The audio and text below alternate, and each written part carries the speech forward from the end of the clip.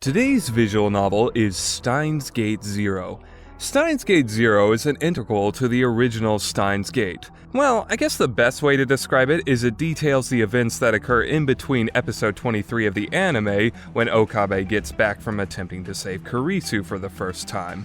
Which I'll just spoil right now, if I haven't already. Do not attempt to go any further into this review unless you have either played or watched the original, and especially, do not play this game without doing so.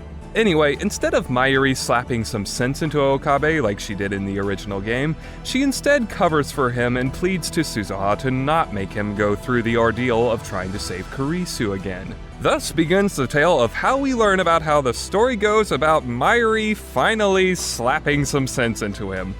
Yeah, it does seem a tad ridiculous to make a whole game out of it, doesn't it? Some time passes and Okabe is no longer acting like the Hoin Kyoma that we know and love, and instead is acting like a normal visual novel protagonist. Essentially just a straight man with limited personality. However, to help make him a bit more interesting, he does struggle through PTSD from having stabbed Kurisu, which haunts him for a good bit of the game. So having essentially given up on saving Kurisu at this point, Okabe instead attends college life again while trying to put it all behind him. However, he can't really escape from the past so easily, as he soon meets one of Kurisu's old friends by the name of Maho. He learns that she is working on building an AI program that can almost perfectly replicate human behavior and thought. Lo and behold, to Okabe, the AI that she's developing replicates the personality and appearance of Kurisu. However, the AI is in still need of work and testing, so she asks for Okabe's assistance in this matter, considering that he knew the previous Kurisu. While he reluctantly accepts, he soon learns that he will have to deal with the pain of being around Kurisu again, which only serves to remind him of the pain of losing her in the first place, as well as the many other secrets he'll soon find out about the program of Amadeus. Steins Gate Zero's story in general has a fairly interesting premise attached to it.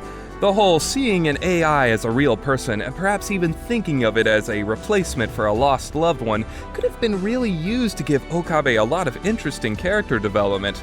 However, and it pains me to say this, Steins Gate Zero is anything but interesting, fun, or intriguing like the original game was. In fact, let's just get it out of the way. It's just not a very good game at all. I can't really explain fully why until I get to the spoiler section, but let's just say the best way to describe the whole experience is underdeveloped and extremely poorly paced. Granted, being poorly paced is generally synonymous with the very fact of being a visual novel, and granted, Steins Gate Zero isn't really that bad if we compare it to most other visual novels, but it doesn't take it away that the majority of the experience is just flat out boring. See, one of the big issues is that the game still tries to continue its slice of life trend from the original game. However, without the presence of Hoin Kyoma, almost every interaction between characters becomes mostly dull and lifeless compared to before. You see, considering Okabe is more serious in this game, you would think they would just leave these scenes out mostly and focus more on the plot and character development. But no, of course not, because it's visual novel tradition to have these scenes no matter how dull, tedious, and inappropriate they are. The comedy in this game is just so flat out bad that it's hard to imagine it was even written by the same person as the original game. To give the game some credit though, the scenes between Suzuha and Daru are basically the strongest in the game for the most part, as they have a really endearing relationship. The Amadeus and Okabe scenes are fun as well, but there just aren't enough of them, despite what you might expect. Now, something this game tries to do that differs itself from the original experience is giving you multiple perspectives of characters narrating, rather than just Okabe's. This would theoretically make the cast more developed than the original game. Unfortunately, it really only gives you the perspectives of Maho and Suzuha and very limited of anyone else. I think you get Ruka's once for like 5 minutes. In fact, the one thing I thought this game would do, and I read this in other reviews, would be to better develop the mostly underdeveloped cast of the first game, outside of Okabe and Kurisu, that is, and Suzuha to a varying degree. However, there lies another core problem of the game. The development is very limited, and honestly, no one gets as much as Okabe and Kurisu did in the original game anyway. It's not even more well-rounded, as Ferris and Ruka feel even less important in this game than they previously did. This doesn't just go for characters though, it goes for basically the entire plot. So why did this happen? Well, probably because unlike the original, they made the very foolish mistake of making this game non-linear, unlike the original. So yeah, it plays more like a typical visual novel.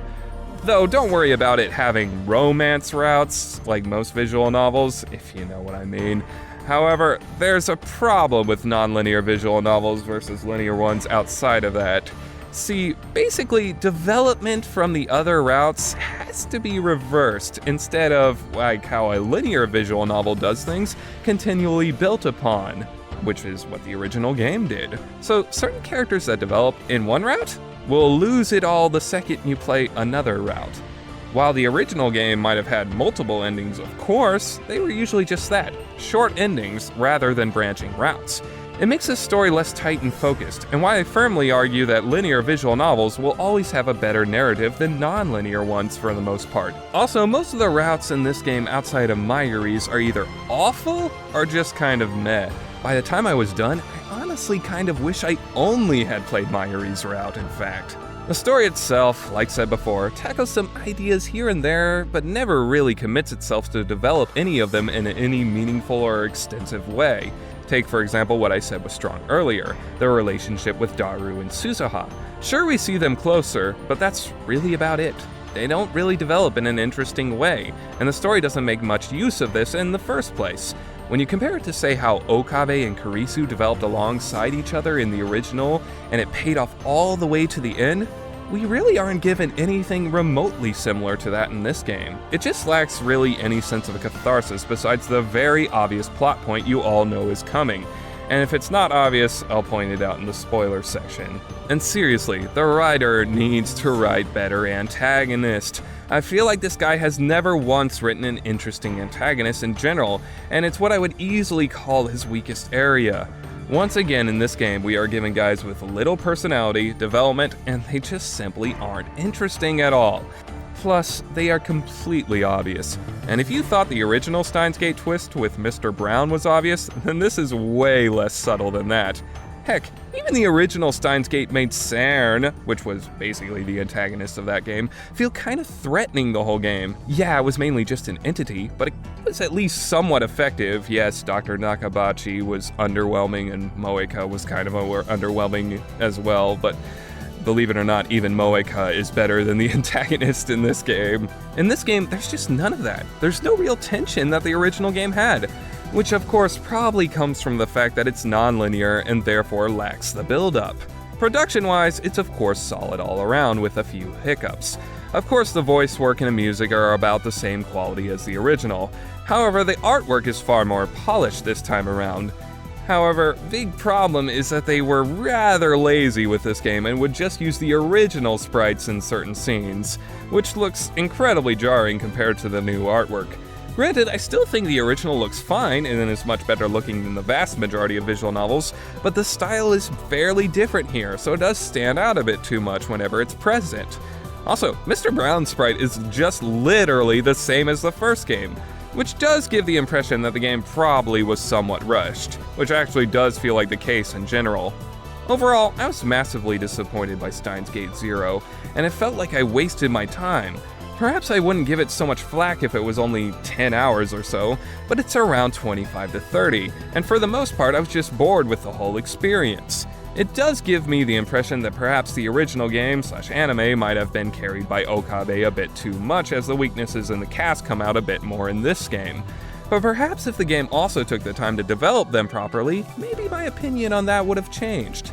Now before I end this and go to spoilers, I might as well talk about what I think about the upcoming anime adaptation. Honestly, if I were those guys, I would only do Mayuri's route and have some tidbits of the other routes come into play. Granted, even her route is nothing special, but it's certainly better than the others. Perhaps if they can focus on the atmosphere of a loneliness and pain around Okabe and leave out the inappropriate comedic scenes, it will be better as well. Though honestly, even if they do that, it might be more entertaining, but it certainly won't end as anything particularly worthwhile. Steins Gate Zero is just another reason why some stories don't need to be milked, as the original was a perfectly good, entertaining standalone experience. Now it's time for spoiler territory. And really, who the hell am I even talking to at this point, as the game isn't even out for most of you? But for any who want to be spoiled, then I guess come this way. So starting out with the common route, which is already, like said, dull as sin outside of the scenes with the pairs of characters I mentioned above. Really, I don't get one thing in particular. They took this time to start giving us development between Okabe and Amadeus, and then in the other routes she's mostly written out and makes barely any appearance and is treated as a plot point. Considering she's still the cover girl, I found this very odd. Perhaps it was mainly just to advertise she was in the game in some form because people wouldn't buy it otherwise. I mean, eventually we get to see the original Kurisu for a bit as well in the Amadeus/Kagari split-off route, for, some reason. I guess she was mainly used to introduce us and get us used to Maho and Okabe's interaction, as she essentially took the place of Kurisu. However, Maho is literally just Kurisu 2.0, but doesn't develop as much and isn't as interesting. She's not a terrible character, mind you, but considering we already had characters who were underdeveloped from the previous game, why did they bother to include her along for the ride? In fact, outside of Okabe and Suzuha really, the only characters who kinda get any development are Maho and Kagari. I feel like the author just got bored of his old characters, so instead he introduced us to new characters, who are still very poorly developed. I guess Daru is too, by the way, but it's not enough. Anyway, the Suzuha and Daru scenes, like I said before, are probably the main thing I liked about this game. She essentially is pushing him to get together with her mom Yuki, but Daru is such a big wimp when it comes to girls that it results in numerous comical scenes where she tries to get him to exercise and forbid him from taking any snacks. It does make you wonder how Suzuha could take her dad seriously at all, which he does comment on, so it's quite amusing. However, one scene kind of sheds some positive light on Daru at the very least, and it's probably my favorite scene in the entire game. See, Suzuha's whole struggle in this game is that she, A, wants Okabe to go back in time to save Kurisu so the Steins Gate world line can be reached. However, because he tells her it's impossible due to the effects of the attractor field, she grows increasingly frustrated with his hesitation. Also B, since she's from a war-torn timeline, which we see briefly in the game, she doesn't really fit in with the peaceful time period, so it's kind of awkward for her to engage with people in this timeline. At one point, she gets so stressed out by it that she puts Okabe at gunpoint to try and force him to perform the act of going back and saving Kurisu. However, Daru catches her and lectures her, saying things will be fine, they just have to believe that Okabe will come back to his senses once given enough time. It's a rather heartwarming scene, and one that urged me to keep playing regardless of how boring I felt the game was at that point. Unfortunately, it's also the last big development scene between the two, and we never really see them pull off anything that cool together ever since. Really, they should have given Suzuha way more focus and development in the game, which is hilarious considering she's one of the few characters it gives you the perspective on outside of Okabe frequently. Her grumpy behavior leads to the gun-pulling scene, and then she mostly doesn't get anything afterwards. It stinks because she's the most interesting character in the game as well, and this occurs early on. Afterwards, she really just serves to be an action girl and not much else, which is really disappointing. Also, another thing, and this is just a nitpick, but it annoys the hell out of me, is that the fact when engaging with other people, it seems the author is very reluctant to let people know that the person Okabe is in love with is Kurisu. In fact, he goes as far as to make Okabe act embarrassed about admitting stuff like that and saying he isn't in love with anyone. This is seriously irritatingly immature behavior on his part.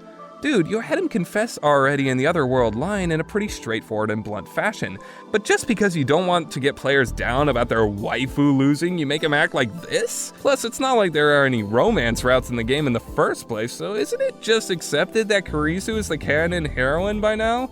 It makes even less sense that he isn't honest about it considering Kurisu is dead. Who's going to make fun of him for it? I don't know, it just feels forced every time, and it really makes me wish this game was never a visual novel in the first place, and just a normal novel without the waifu selection endings. Or at the very least, a kinetic visual novel. I guess that's one point this game has over the original on not being a waifu game at the very least, though. Anyway, after an eternity of common route stuff, you finally get to one of the branching route things. The first route I went on was the Mayuri/Maho split path, which takes you to the World War III timeline for a while. Oh, by the way, the World War III part is literally the most interesting part of the game, and you're only there for like 30 to 40 minutes. In fact, let me just say this. I had the wrong impression of what I thought Steins Gate Zero was going to be. I thought it was going to be about how Okabe or Suza developed during the World War III timeline. And heck, everyone else too, maybe. Was I weird for thinking that? Was I weird for thinking that would have been way more interesting than what the game actually gave me with this AI stuff? Because seriously, that would have been awesome. It could have been like Muv-Luv alternative, but not shit. Anyway, Okabe unexplainably transfers out of the World War III timeline back to an alternative world line for some reason. Apparently, one of Mayuri's friends had been taken to the hospital. She looks like Chie from Persona 4, and despite being fairly present in the common route, is mostly written out of the story after a bit. Makes you wonder why they even really brought her in the story at all. Okabe learns that she actually experienced the same memory Okabe had in the World War III timeline, and memories of other events that didn't actually occur in the world she currently resides. However, before really getting into that, the game eventually just transported me into Maho's route, and it was nothing about that at all.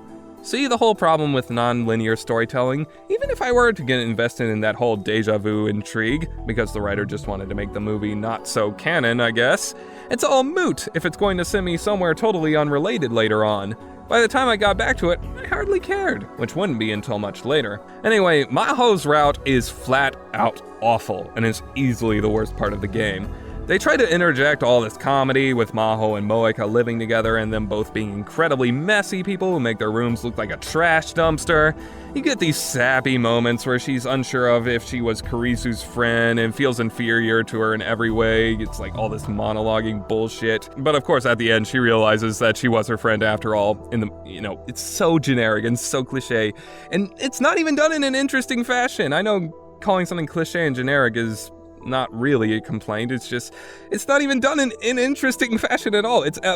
You've seen this kind of story done before, trust me. Also, Okabe is essentially not in this route at all towards the end, which, to be fair, you probably wouldn't have added anything to it. And also, the whole ending with the glasses bitch trying to steal control of Amadeus is also insanely poorly built up to. She literally just comes out of nowhere and it's like, I'm gonna steal Amadeus and you're gonna give me the passwords and stuff. There's no build up to it. It is awful. We barely know this character. She was introduced in like one scene prior. How are we supposed to perceive her as that great of a threat?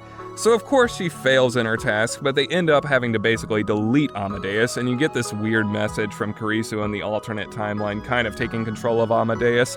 Yes, it's extremely convoluted, it makes no sense. Informing Maho that she needs to wait until she meets Hoin Kyoma, as he will surely bring about great change to the world. Yeah, this whole route is just dull as hell, like said before. And honestly, since it was my first route, it brought me a lot of worry that the whole game would turn out to be a big disappointment. Of course, that's exactly what happened. Really, I was just curious why this was in the game at all. Perhaps just to give a little bit more to Maho and Moeka, because, by the way, Moeka essentially plays no role in the rest of the game because the author clearly doesn't give two craps about her. But honestly, it didn't give us enough to warrant an entire route to. And the only positive I can say about it in the rest of the routes is at least none of them dragged on for that many hours, unlike, say, the majority of visual novel routes, which give you poor development and drag on for hours. So with this route, I can safely say, feel free to skip it if you don't care about Maho that much. In fact, skip every route but Amadeus's and Mayuri's, but only because you're forced to play Amadeus's to get the true ending. It's also a crappy route. Next, I went for the bad ending, which is the Professor, whom I didn't mention, but he's kind of a bad guy, if you didn't see that coming a million trillion miles away. Funny enough, he's given plenty of screen time unlike Glasses Bitch, but since they just turned him into a generic villain, it was all kind of pointless. Anyway, this route is essentially a half-assed Mayuri route cut short. There's no reason to really play it, and honestly, it will lose some of the momentum of Mayuri's route if you choose to do so. I never liked bad endings anyway for the most part because they're just quick and lazy and hard to take seriously. I would say you learn more about strategic focus, but honestly, who cares? I was baffled by the fact they actually put in other evil organizations outside of Saren in this game, and that they are the main focus, and Saren doesn't play a real role in this game, despite you not learning that much about either anyway. I'm sure there was far more you could have done to flesh that out more instead of including these half-baked replacements. Just because it's kind of a sequel-ish doesn't mean you have to include a bunch of new things just for the sake of it, especially when most of the things you include end up forgettable anyway. Next, I played Mayuri's route, not knowing it's the actual true route. I mean, wouldn't logic point to Amadeus being the true route, considering she's the cover girl? Well, whatever. So yes, I played the best route early, which I'm glad about in some aspects and very not glad about in others.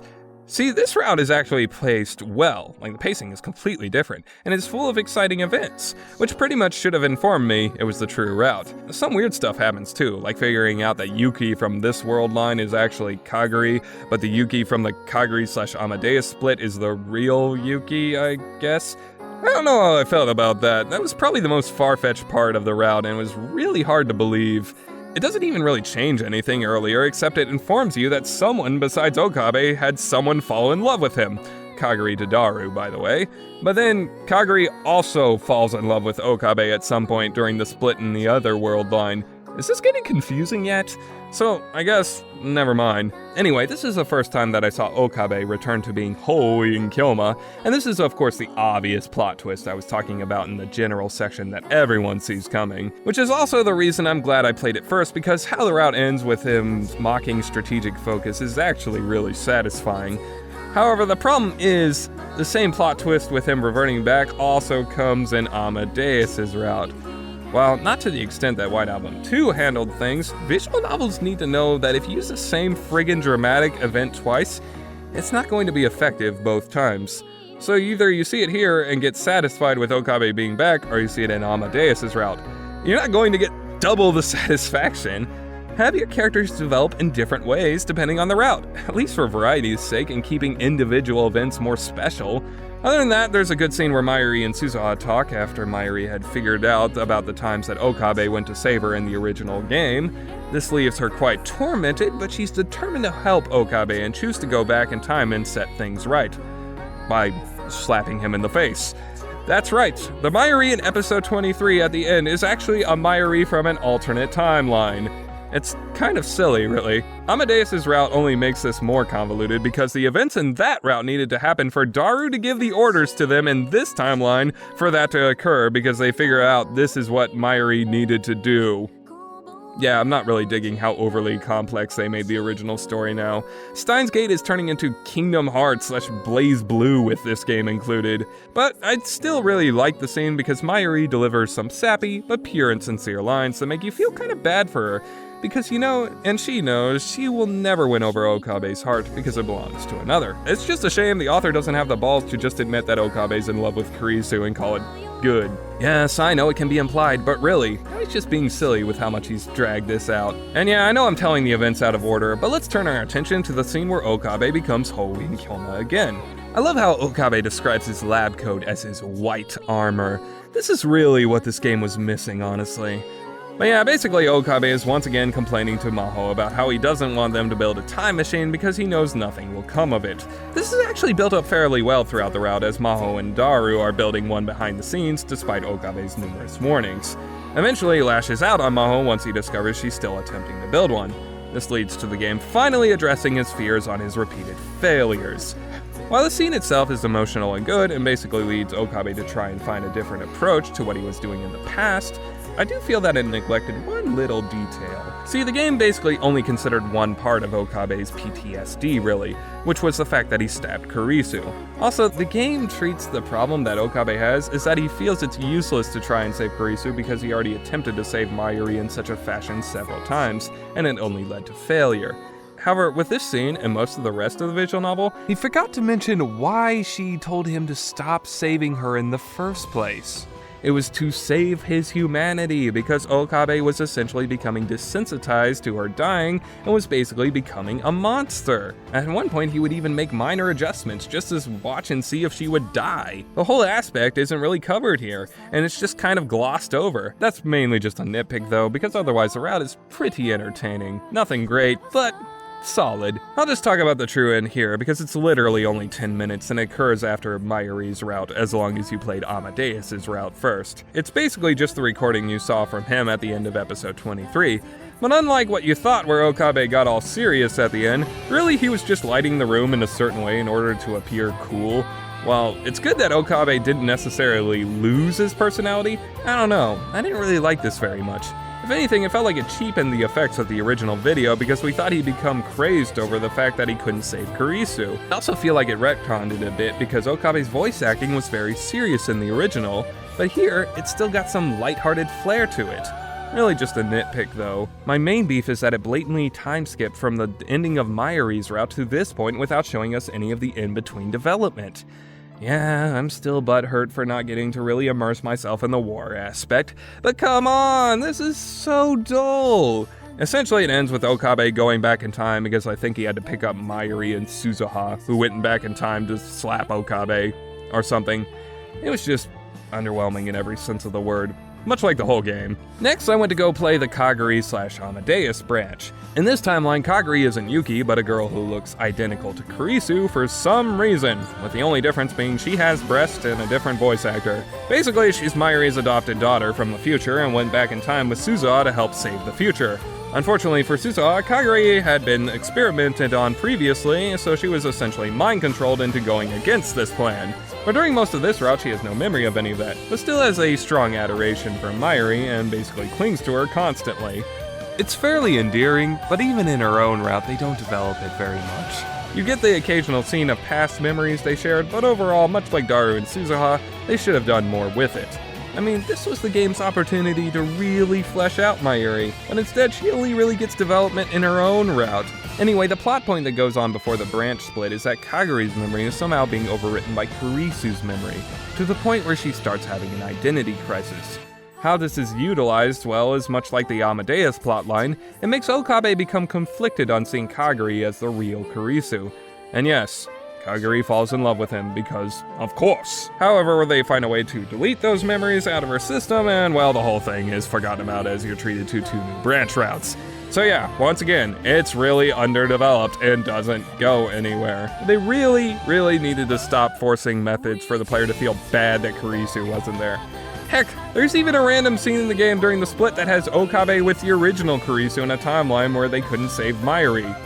For some reason. I mean, don't get me wrong, I love Kurisu, she was one of my favorite anime girls, but this was so forced. If you're going to introduce stuff like that, develop it properly. Don't just slap it in there or whatever and hope for feels for oversensitive people. This is part of the reason I finally am to be incredibly lazy. There's just so much crap you could just chop out that could have been used to better develop the more interesting aspects of the story. So anyway, off to Kaguri's actual route. It basically spends its time trying to recover Kaguri's memory and finding out about this one song, if you can believe that. The song was something Mayuri sang to her when she was a little kid, and apparently she heard it from someone who heard it from Okabe's mom, who heard it from Okabe himself. And then yeah, the game spent time on this for some reason. It was important that we spent time on this. Finding the mystery of who sang this song. Then Kaguri recovers some of her lost memories for a bit, which causes her to run away and nearly get hit by a truck. Then they retcon the scene in the Steins Gate movie by showing it was Kaguri by Okabe when he was on that bench, instead of Kurisu. What do you have against the Steins Gate movie, author? I mean, yeah, it was kind of unnecessary, but at least it wasn't too long, and I won't lie, I preferred it to this game. I mean, at least it was kind of fun for a bit. Anyway, Kaguri wakes up in the hospital with her memories intact, and then it does some time skipping with Mayuri and Kaguri growing closer to each other. They don't actually show any of this though, because who cares, right? Then Kaguri finds out that Mayuri is going back in time, like in her own route, to help Okabe out by slapping him in the face. But instead, Kaguri goes in her place, for some reason, presumably to slap Okabe in the face. Yeah, this route wasn't like horrible, but it just felt like unnecessary again. It's like, if you're gonna expand Kaguri's character, couldn't you have done it in a more interesting fashion? Then we have Amadeus's route. And Amadeus is not in it at all outside of like one scene. This is when I knew the game just didn't give a crap. Anyway, this route is boring as hell for the most part, with little of interest happening until Okabe becomes Hoin Kyoma again. You know, I barely remember much of the route upon thinking about it, which is always a bad sign. Probably because even when Okabe goes back to being Hoin Kyoma, the game is over after like an hour of that, after a very underwhelming encounter with Glasses Bitch again. In fact, I blame the ending.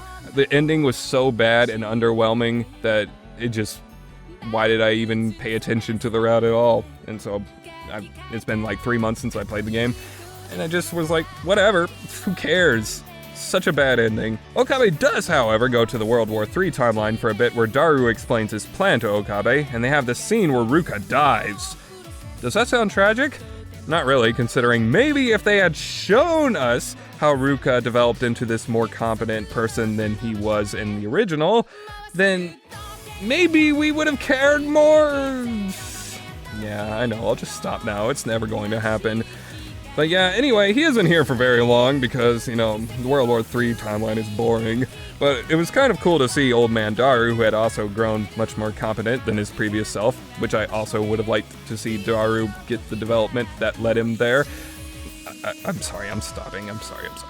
And yeah, really just a forgettable route with no great developments, really. Okabe going back to his original form felt a lot less natural here, in fact. Though it was kind of funny that he had to get used to it again because he was embarrassed to act like Hoen Kyoma all of a sudden. Like, his voice would crack and stuff while he was doing Hoen Kyoma phrases and whatnot. And I was really excited to think, okay, this is when the game will get really good. Like, this is where the game will get exciting. And I was like, I'm into it now. Like, you've brought Hoen Kyoma back. Things are gonna get fun again, and things will get interesting finally. And then the route just ends after a very underwhelming encounter with Glasses Bitch. I couldn't even believe what I was reading. I was like, so bad. This game is so bad. And yeah, overall, it's just not a good time. The plot isn't interesting or well-paced enough and makes the original game overly complicated. The characters remain underdeveloped and in general, much like the movie, just didn't need to exist.